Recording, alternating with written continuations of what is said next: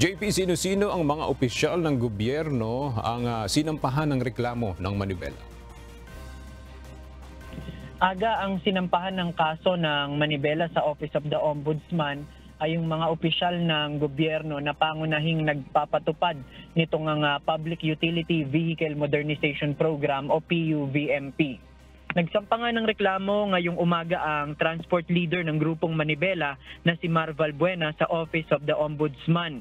Laban ito sa mga opisyal ng pamahalaan na nagpapatupad ng Public Utility Vehicle Modernization Program o PUVMP. Pangunahin dito si Department of Transportation Secretary Jaime Bautista, Office of the Transportation Cooperatives Andy Ortega, Land Transportation Franchising and Regulatory Board Chairman Chofilo Guadis III at mga board members ng LTFRB. Kasama sa mga kasong isinampa ng Manibela ang paglabag sa Section 1, Article 3 ng Konstitusyon. Naniniwala ang Manibela na inalisan ng kabuhayan ng mga opisyal ng gobyerno ang mga jeepney drivers at operators dahil sa pagpapatupad ng PUVMP. Kaugnay din ito ng Memorandum Circular na inilabas noong December 14, 2023 kung saan dapat mag-consolidate ang mga operator bago ang deadline na December 31. Wala umanong naging konsultasyon sa mga transport sector nang ipalabas ang memorandum na ito.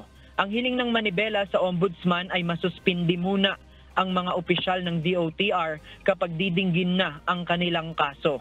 Kaninang umaga, nagsama-sama ang mga miyembro ng Manibela mula sa iba't ibang parte ng Metro Manila at nagsagawa sila ng programa sa harap ng Office of the Ombudsman para muling ipanawagan ang pagbasura sa PUVMP. Bago mag-alas 12 ng tanghali ngayon ay nagsialisa na sila at naging mapayapa naman ang naging protesta. Ayon sa Manibela, inaasahan nilang maglalabas pa rin ang Supreme Court ng Temporary Restraining Order laban sa PUVMP. Pero kapag nila wala pa ring TRO pagsapit ng April 30 ngayong taon, ay muli silang magsasagawa ng mga kilos protesta.